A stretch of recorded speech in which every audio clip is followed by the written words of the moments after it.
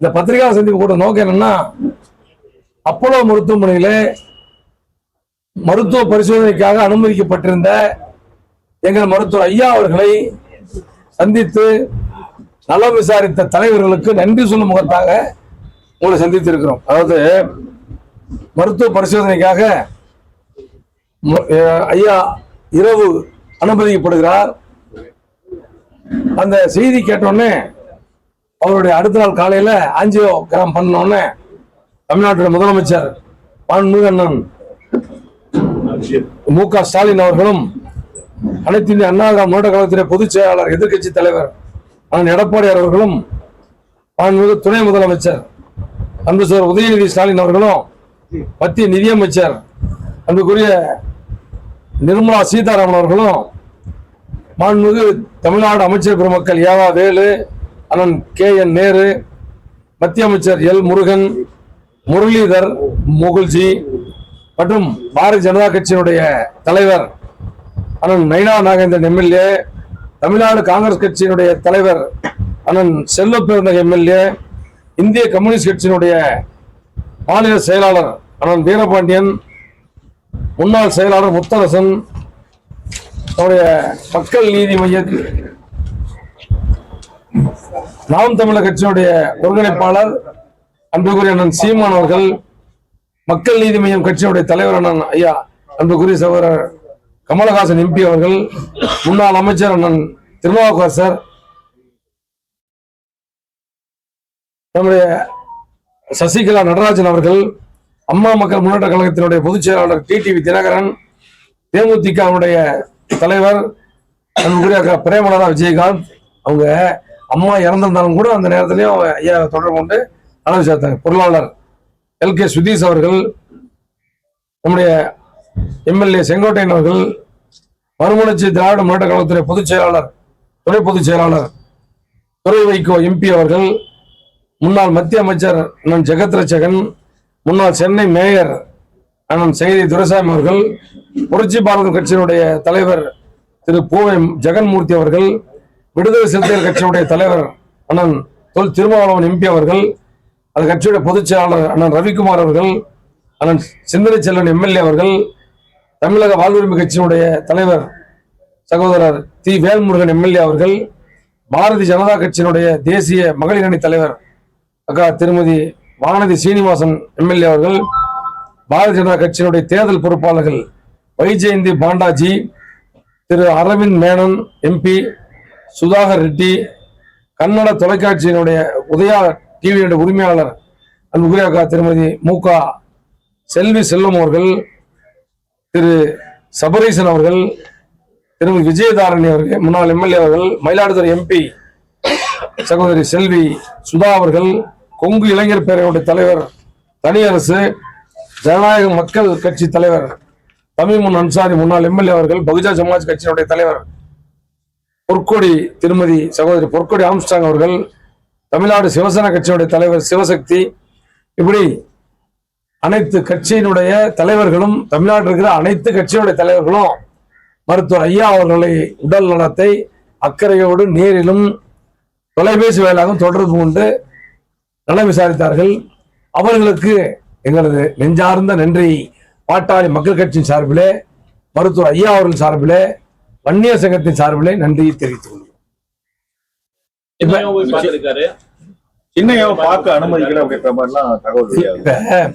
நடந்த செய்தியை உங்கள்கிட்ட சொல்லணுங்க.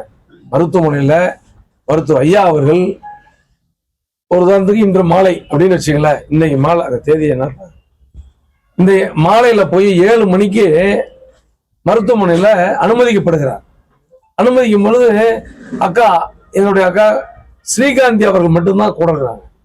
இது யாருக்குமே தெரிய வேண்டாம், ரொட்டீன் செக்அப் தானே அப்படிங்கிற மாதிரி அங்க மருத்துவமனைக்கு போய் அனுமதிச்ச பின்னாடி பத்திரிகை தொலைக்காட்சியில செய்தி வருது, டிவியில செய்தி ஓடுது, மருத்துவர் ஐயா அவர்கள் அங்க அப்போலோ மருத்துவ அனுமதியும் செய்தி வருது.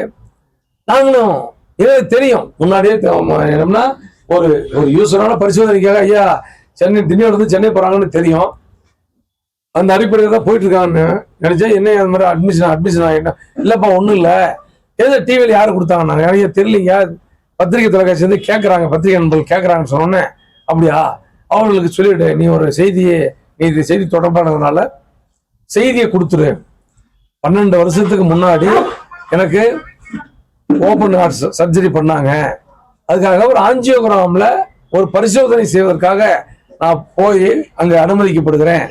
கையில ஆஞ்சியோ பண்ணிட்டாங்கன்னா இன்று அடுத்த நாள் காலையில இரவே வந்துருவேன், அப்படி இல்லைன்னா ஒரு நாள் தகரமா இருக்க, இதை விரிவா கொடுத்துருப்பான்னு சொன்னாங்க.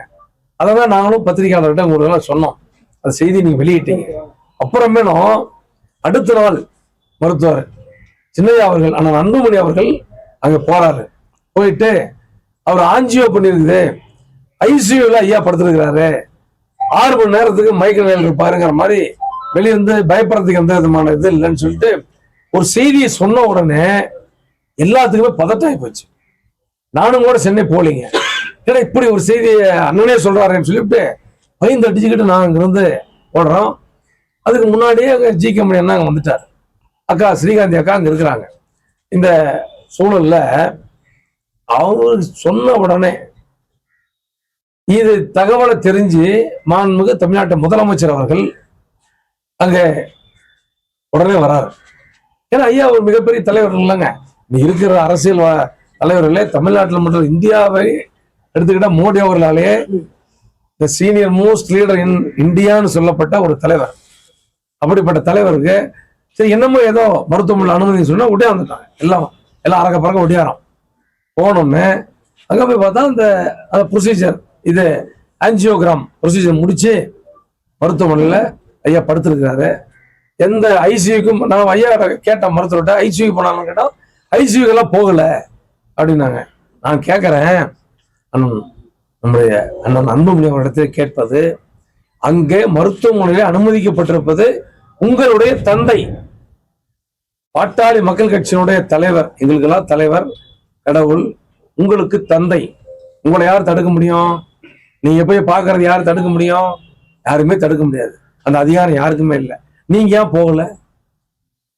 நீங்க மருத்துவர் இருந்த மருத்துவர் அந்த இதை ப்ரொசீஜர் செஞ்ச செங்கோட்டையோட அவர்கள், நம்ம சேலத்தை சேர்ந்த மருத்துவர், அவரு இருந்த அறைக்கு மட்டும் போய் உட்கார்ந்துட்டு அப்படியே வந்துட்டீங்க, வந்துட்டு பேட்டி கொடுத்துட்டு வந்துட்டீங்க. நீங்க மருத்துவர் ஐயா அவர்களை மருத்துவமனைக்கு சென்று சந்திக்காதது என்ன காரணம்? இப்ப முதலமைச்சர் வருகிறார், யார் அவரை நம்ம இப்ப நீங்க நேத்து ஒரு கூட்டத்துல சொல்றீங்க தொலைச்சு போடுவோங்கிறார், காட்சி பொருளா ஐயா வச்சு ஐயா பண்ற தொலைச்சு போடுங்கிறாங்க. இது உங்களுடைய ஆற்றாமையை தான் காட்டுகிறது. என்ன காரணம்னா நீங்க என்ன நினைச்சீங்க, யாரையும் உள்ள விடக்கூடாது, யாருமே வரக்கூடாது அப்படின்னு ஆசைப்பட்டீங்க. ஆனா யாரும் யாரையும் கூப்பிடல. மருத்துவர் ஐயா அவர்களை சந்திக்க வாருங்கன்னு சொல்லி எந்த தலைவரையும் நாங்க யாரும் கூப்பிடல. இப்ப ஒரு உதாரணத்துக்கு சொல்றேங்க, நம்ம முதலமைச்சர் யாருங்க, யாருக்குமே நாங்க அழைப்பிடலை. அதான் நான் சொல்ல வரேன். இப்ப ஒரு உதாரணத்துக்கு நீங்க பத்திரிகை நண்பர், உங்களோட எடிட்டர் நான் பார்க்கணும்னு ஆசைப்படுறேன், உங்க நம்பர் தான் என்கிட்ட இருக்கும். நான் என்ன பண்ணுவேன், உங்களுடைய பத்திரிகை யாரோ ஒருத்தர் பேசணும், ஒருத்தர் வரும், ஒருத்தரை சொல்லி சார் எங்க நண்பா இருக்கிறீங்க, சார் எடிட்டர் இருக்கிறாரா, அவர் பார்க்கணும் சொல்லுங்கன்னு தானே சொல்லுவோம். அந்த அடிப்படையில் வருகிற தலைவர்கள் நாங்க 2 பேரும் அங்க இருக்கிறோம்னு தெரிஞ்சுக்கிட்டு எங்களுக்கு போன் பண்றாங்க, ஏன்பா எங்க அங்கேயே இருக்கீங்க, ஐயா கூட தான் இருப்பீங்களாட்டுறது, இப்ப நான் ஐயா பார்க்க தான் வந்துட்டு இருக்கிறோம், வந்தா பார்க்க முடியுமான்னு கேட்கறாங்க. ஆனா வந்தா பார்க்கலாம்னு சொல்றோம். இது நாங்க யாருக்கும் தொலைபேசி தொடர்பு இல்லை, அவங்க சொல்றாங்க, அவங்க கேட்பதற்கு நாங்க பதில் சொல்லலாம். இதை தவிர நான் வேற எதுவும் சொல்லல. இதை தொலைச்சு விடுங்க. என்னங்க முதலமைச்சர் வந்தார், முதலமைச்சர் தொலைச்சிட முடியுமா? எதிர்கட்சி தலைவர் வந்தார், அவரை தொலைச்சிட முடியுமா? பிஜேபி கட்சியினுடைய தலைவர் வர்றாரு, நம்முடைய காங்கிரஸ் பேரியக்கத்தினுடைய தலைவர் வர்றாரு, அவரை போய் தொலைக்க முடியுமா? அண்ணா அன்புமணி அவரை போய் தொலைக்கிறேன்னு சொல்றது எந்த நியாயம்? ஒரு மனிதரை இப்படி கொச்சைப்படுத்துறாங்களா? இதுலயும் அன்புமணி அரசியல் செய்யறாருன்றீங்களா? இதுலயும் அன்புமணி அரசியல் செய்யறாரு அப்படின்னு. ஆமா சார், இப்ப மருத்துவர் ஐயா கிட்ட கட்சியை புடுங்க பார்த்தாருங்க, கட்சியை புடுங்க முடியல. பாட்டாளி மக்கள் கட்சி என்பது மருத்துவர் ஐயா அவர்கள் பின்னாலே தான் இருக்குது. தமிழ்நாட்டு மக்களும் பாட்டாளி மக்கள் கட்சியை சேர்ந்தவர்களும் மருத்துவர் ஐயா அவர்களை தான் இந்த கட்சியினுடைய தலைவராகவும் கட்சியினுடைய நிறுவனராகவும் ஏற்றுக்கொள்கிறார்கள். முழுக்க முழுக்க கட்சி அவர் கையில தான் இருக்குது. இப்படி எல்லா தலைவர்களும் மருத்துவமனைக்கு ஓடி ஓடி வந்து பார்த்தது அவரால் தாங்க முடியல அப்படின்னு தான் நாங்க நினைக்கிறோம்.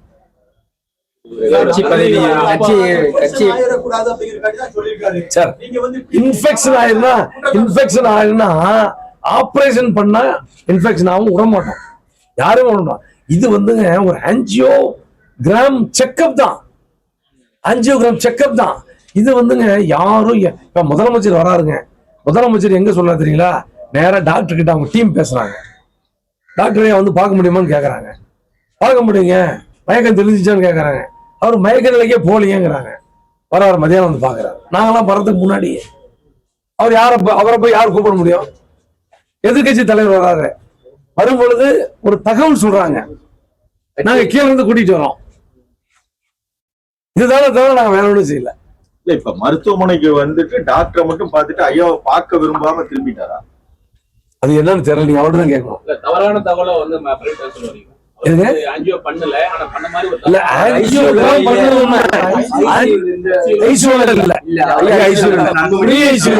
எப்படின்னா அந்த இல்ல உள்ள இது மாதிரி விட்டுட்டு பரிசோதனை முடிச்சு வலியும் அதிகமா இருக்குங்க.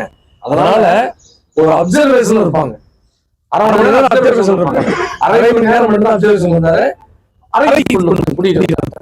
அழைத்து வரப்பட்டார். கட்சியை கைப்பற்ற முடியாதனால அன்புமணி அவர்கள் ஆற்றாமை வெளிப்பாடு. அதனால நிச்சயமா இல்ல, இதுல வந்து அன்புமணி அவர்கள் தன்னிச்சையா பேசுறாரா, இல்ல யாராவது அவரை பேச சொல்லி தூண்டி விடுறாங்க? பேச சொல்லி தூண்டி விடுறான்னு நினைக்கிறோம். தெரியல, எனக்கு தெரியல. ஆனா அன்புமணி அவர்கள் பொறுத்த வரைக்கும் ஐயா மேல ஒரு அன்பு கொண்டவர் தான். ஆனா இப்ப அந்த அன்பு எங்க போச்சுன்னு தான் தெரியல. சார், அவர் ஒரு ஃபர்ஸ்ட் பர்சன் சார். அப்பாவுக்கு அப்படி பண்ணுவாரான்னு கேக்குறாரு. அதாவது அரசியல் விடுங்க, அரசியல் விட்டுட்டு அப்பார்ட்மெண்ட் மகனுங்கிறீங்க நீங்க. ஒரு பெற்றெடுத்த தந்தைய கட்சியை விட்டு துரத்தணும், நீங்க காம்பவுண்ட் விட்டு வெளியே வரக்கூடாது, காம்பவுண்டுக்குள்ளே உட்கார்ந்துட்டு இருங்க, இப்படிலாம் சொன்ன தலைவர் தானே எங்க அண்ணன் அன்புமணி அவர்கள். அவர் ஒரு தரப்பினோட பிடியில் இருக்கிறதுனால அவர் விலை கொண்டாட முடியல சொல்ல வர்றாரு. யாரு எந்த பிடி? ஏங்க, டாக்டர் ஐயா அவர்களை பொறுத்த வரைக்கும் கட்டுப்படுத்தக்கூடிய சக்தி இதுவரையில யாருமே இல்லை. அவர் ஒரு சுயம்பு, மருத்துவர் ஐயா அவர் ஒரு சுயம்பு. அவரை கட்டுப்படுத்தக்கூடிய சக்தி இதுவரைக்கும் யாரும் அவரை காட்சி பொருளா மாத்திட்டாங்கன்னு சொல்றாரு. ஏங்க, நான் கேக்குறேங்க, ஐயா வந்து நாங்க கேட்கிறோம், ஐயா அந்த மாதிரிங்க எல்லா தலைவர்களும் வர்றாங்க மாதிரி கேட்கறாங்க, என்ன ஐயா பண்ணலாம்னு சொல்லிட்டு கேட்கறோம். ஏன்பா அவங்க நம்மளை பார்க்கணும்னு ஆசைப்பட்டு ஒரு அன்போடு வர்றவர்கள் நீங்க தடுக்கிறீங்க. நாங்க வேணான்னு தான் சொன்னோம். ஜிகே என்ன போய் வேண்டான்னு சொல்லிட்டாரு. உண்மையை சொல்ல போனா அதுதாங்க. யாருமே யாரா வந்தா கூட நாங்க தான் போய் கேட்டோம். அக்கா எவ்வளவு காந்தி அக்கா என்ன சொன்னாங்கன்னா, நீ ஐயாட்டே போய் கேளுங்க, ஐயா வேண்டான்னு சொன்னா நிறுத்திக்கலாம், இல்லைன்னா ஏன் வந்துட்டு போறாங்க அப்படின்னா. ஐயாட்ட போய் கேட்கும்போது ஏங்க யார வேணாலும் வரட்டுமே, என்னை பார்க்கணும்னு ஆசைப்படுறவங்க வரட்டுமேப்பா. டாக்டர் செங்கோல்கிட்ட கேட்டாரு, அவருக்கு அந்த ஆசை இல்லையா? அன்புமணிக்கு தந்தையை பார்க்கணுன்ற ஆசை இல்லையா? அது நீங்க அவருதான் கேட்கணும். தமிழ்நாட்டுல இருந்த ஒட்டுமொத்த அரசியல் தலைவர்களும், ஆளுங்கட்சி எதிர்கட்சி, மத்திய கட்சி மாநில கட்சி, சின்ன கட்சி பெரிய கட்சி, அனைவரும் வந்தாங்க, அனைத்து தலைவர்களும் வந்தாங்க. நான் சொல்ல விரும்பல, அனைத்து தலைவர்களும் வந்து மருத்துவர் ஐயா அவர்களை கனிவோடு பாசத்தோடு நல விசாரிச்சுட்டு போனாங்க. அப்படி என்ன அதை காட்டு, என்ன அர்த்தம்? நீ தமிழ்நாட்டுல மிகப்பெரிய ஒரு ஆளுமை மிக்க ஒரு சக்தி மருத்துவர் ஐயா அவர்கள் தான் என்பது இன்றைக்கு உறுதி செய்யப்பட்டிருக்கு. ஒரு மகனுக்கு அந்த பாசம் இல்லைன்ட்டீங்க, அது நீங்க என்னன்னு போட்டுங்க, நான் சொல்ல வரேன். அவருக்கு ஆபத்து ஏற்பட்ட உடனே இருக்கிறதுதான் அவங்க வந்து பொறுப்பு, அவங்க சும்மா விட மாட்டோம் சொல்லியிருக்காரு. அது கேட்பாங்க. மகனா தான் அவர் பேசுறாரு. நான் கேக்குறேன், மகனாக இருந்து நீங்கள் என்ன செஞ்சிருக்கணும்? கூட இருந்து வாசப்படியில உட்கார்ந்து இருந்து வரவங்க ஒருத்தரையும் பார்த்து அந்த கடமை செஞ்சிருக்கணுமா செஞ்சிடக்கூடாதா? நான் கேக்குறேன். கடமையில இருந்து விலகிட்டாருன்றீங்க சார். அவரே ஒரு கூட்டத்தை சுத்தி இருக்கும் போது அவரை எப்படி சார் போக முடியாது? கூட்டம் தான் தடுக்குதுன்னு சொல்றாங்க. ஏங்க, இப்ப அவரே என்ன சொல்றாரு, யாரு வேணாலும் கதவை தட்டிட்டு கதவை தட்டாம உள்ள திறந்துட்டு உள்ள போறாங்கன்னு சொல்றாருல்ல, ஏன் இவரு அப்படி வர வேண்டியதானே? அவர் அனுமதி கொடுத்திருக்காரா? யாருங்க பெரியவர். ஏங்க நான் கேக்குறது, கூட இருக்கிறவங்க ஏங்க அனுமதி கொடுக்கலாம். ஏங்க கூட இருக்கிறவங்க யாருங்க அனுமதி? கூட யாருங்க? அவங்க சொந்த அக்கா இருக்கிறாங்க, இவனுடைய அக்கா மகன்கள் இருக்கிறார்கள். நாங்களும் வெளியதான் இருக்கிறோம். எங்க நான் கூட 3வது மனிதர். அவர் போய் பார்க்கணும்னா நீங்க தடுக்கவா போறீங்க? யாரு தடுக்க முடியும்? தடுக்க முடியுமா? அவர் தடுக்கக்கூடிய சக்தி யாரு? அப்ப அவரு பார்க்க விரும்பல. வந்து நானும் வந்து அப்பாவை பார்க்க வந்தேன்னு அரசியல் செஞ்சுட்டு போயிட்டாரு. சட்டமன்ற எதிர்ப்பு பாமக கட்சி தலைவர் அண்ட் புரடா இவங்க எல்லாம் மாத்திரம்னு சொல்லி அவங்க தனியா அதெல்லாம் மாத்த முடியாது. அவருக்கு மாத்த முடியாது. பாட்டாளி மக்கள் கட்சியினுடைய தலைவர் பொறுப்பில் இருந்தும் கட்சியினுடைய அடிப்படை உறுப்பினர் பொறுப்பில் இருந்தும் அவர் நீக்கப்பட்டிருக்கிறார். புரியுதுங்களா? 28/8/2025 அவருடைய பதவிக்காலம் முடிந்தது. அதற்கு பிறகு 1.5 மாதம் கழித்து அவரை ஒரு கூட்டத்தை கூட்டி பதவியை எக்ஸ்டெண்ட் பண்ண மாதிரி சொல்லியிருக்காங்க. 28ஆம் தேதி என்னைக்கு அவருக்கு பதவி முடிந்ததோ அடுத்த 29ஆம் தேதி பாட்டாளி மக்கள் கட்சி நிர்வாக குழு மருத்துவர் ஐயா அவர்களை தலைவராக நியமித்து விட்டது. இப்ப தேர்தல் கமிஷன் வந்த கடிதம் கூட பாட்டாளி தலைவர் அன்புமணி ராமதாஸ் தான் வரல, தலைவர் பாட்டாளி மகிழ்ச்சி வந்திருக்கு. அந்த மாம்பழம் சின்னம் மருத்துவர் ஐயா அவர்களுக்கு தான். தலைவராக இருப்பவர் ஆமா அட்ரஸ் மாத்திருக்காங்க. அவங்க சூழ்ச்சி செய்ய அட்ரஸ் மாத்திருக்காங்க. அதை நாங்க அதை மாத்தி கொடுத்துட்டோம். அவர் வீட்டுக்கு மாத்திருக்காங்க. அலுவலகம் இருக்கிறது சேலம் மாவட்டம் தான். நாங்க தான் வாங்கி கொடுத்தோம். 63 நாட்டு முத்து நாய்க்கு வன்னிய தேனாம்பட்டியில அன்றைக்கே 18 லட்சம் ரூபாய்க்கு அந்த ஒரு இடத்த சேலம் மாவட்ட பாட்டாளி மகிழ்ச்சி சேர்ந்தவர்கள் வாங்கி கொடுத்தாங்க. நான் சின்ன பொண்ணு அவர்கள் தலைவராக இருக்கும்போது, மாவட்ட தலைவராக இருக்கும்போது அவர் தலைமையில ஒரு கூட்டம் கூட்டி, ஆமா மருத்துவர் ஐயா அவர்கள் தலைமையில இருக்கிற பாட்டாளி மகிழ்ச்சி வன்னிய சங்கத்தை சொந்தமானதுன்னு டாக்குமெண்ட் பத்திரப்பதிவு பண்ணி கொடுத்துருக்கோம். அதுதான் அலுவலகம். சார் எல்லாம் சரி. ஆனா தேர்தல் ஆணையம் அன்புமணியை தான் ஆதரிக்குது. எப்படி ஆதரிக்க சொல்லுங்க? இது வரலாம் கடிதத்துல எங்க குறிப்பிடல, எங்க குறிப்பிடுங்க தலைவர் பாட்டாளி மகிழ்ச்சி. அந்த தலைவர் யாரு? மருத்துவர் ஐயா. சட்டமன்றத்துல இப்ப எதிர்கட்சி தலைவர் கூட மாற்றுவதற்கான வாய்ப்புகள் இருக்கா? எங்க மாத்த முடியாது. தலைவர் அண்ணன், ஆமா ஜி.கே. அண்ணன் அவர்கள் தான் தலைவர். பாட்டாளி மக்களுடைய சட்டப்பேரவை குழுவுடைய தலைவர் நான் தான் கொறடா. அதுல எந்த மாற்று கருத்து இல்லை. அது அவங்களுக்கான அந்த அதிகாரம் இல்லை. மருத்துவர் ஐயாவை குலதெய்வம்ன்றாங்க. எம்எல்ஏ ஆனாங்க, எம்பி ஆனாங்க. அவங்க எல்லாம் கூட யாரும் போய் மருத்துவமனையில் போய் பார்க்கலையே. எதிர்க்கட்சி சொல்லுங்க. அதுதான் ரொம்ப கொடுமை. எப்படின்னா மருத்துவர் ஐயா அவர்களை தெய்வங்கிறாங்க, சாமிங்கிறாங்க. நேற்று வரைக்கும் இன்னைக்கு அவரு மருத்துவர்கள் படுத்திருக்காரு. அந்த 3 எம்எல்ஏக்களும் போய் பார்க்கலங்கிறது ரொம்ப வருத்தம் தான். அப்புறம் பாட்டாளி மக்கள் கட்சியினுடைய சேலம் மாவட்ட பொதுக்குழு கூட்டம் வருகிற 26/10/2025 அன்று நம்ம புதுரோட்டில் இருக்கிற டிஎஸ்கே மஹால்ல நடைபெற இருக்கிறது. மருத்துவர் ஐயா அவர்கள் கலந்து கொள்கிறார்கள். அந்த சேலம் ஒருங்கிணைந்த மாவட்டம் சார்பா சேலம் பாருங்க, இப்ப கிழக்கு மாவட்டம் நடராஜன் இருக்கிறாரு மாவட்ட செயலாளர், வடக்கு மாவட்ட செயலாளர் செல்வம், மாநகர மாவட்ட செயலாளர் கதிராஜேந்திரம், மேற்கு மாவட்ட செயலாளர் ராஜேந்திரன், அவரு வடக்கு மாவட்ட தெற்கு மாவட்ட செயலாளர் பச்சமுத்து, தெற்கு மாவட்ட தலைவர் துப்பாக்கவுண்டர், மேற்கு மாவட்ட தலைவர் துரைராஜ், மாநகர மாவட்ட தலைவர் கோவிந்தன், இவர் வடக்கு மாவட்ட தலைவர் லட்சுமணன், வன்னிய சங்க தலைவர் பூபதி, மாநில விவசாய அணியினுடைய பொறுப்பாளர் செந்தில், இளைஞன் செந்தில் இல்லையா, எல்லாம் இது எல்லாமே சேர்ந்து அதற்கு உண்டான ஏற்பாடுகளை செய்து கொண்டிருக்கிறார்கள்.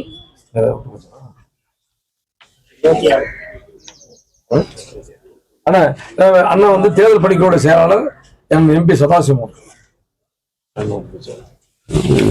அப்புறம் தொலைச்சி விடுவோம்னு சொன்னார்ல ஒரு வார்த்தை, அவருதான்.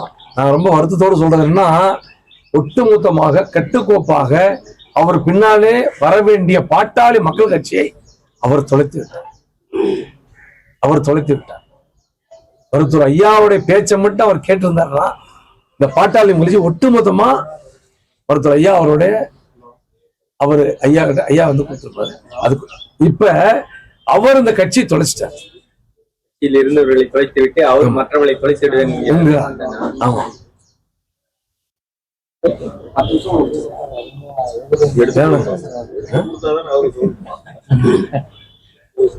ரொம்ப வருத்தத்தோட இந்த பத்திரிகா சந்திப்பு போட்டாங்க. இனிமேல் அப்படி ஒரு நடந்து கொள்ள மாட்டாங்க. ஆனா இனிமேல் வந்துங்க அந்த மாதிரியான ஒரு இது அந்த மாதிரி நடந்துக்க மாட்டாருன்னு நாங்க நினைக்கிறோம், நம்புறோம். என்ன காரணம், ஊடகங்கள் எல்லாமே அவர் பொது வழியில் இந்த மாதிரி மிரட்டுறத, அதாவது முதலமைச்சர், எதிர்கட்சி தலைவரை, இவங்க எல்லாத்தையும் அவர் மிரட்டுறத ஒரு மாதிரியான மக்கள் ஒரு மாதிரி பாக்குறாங்க. அது அவருடைய ஒரு மத்திய அமைச்சராக இருந்தால் இந்த மாதிரியான நடவடிக்கைகள் தன்னை மாற்றிக் கொள்வார் என்று நம்புகிறோம்.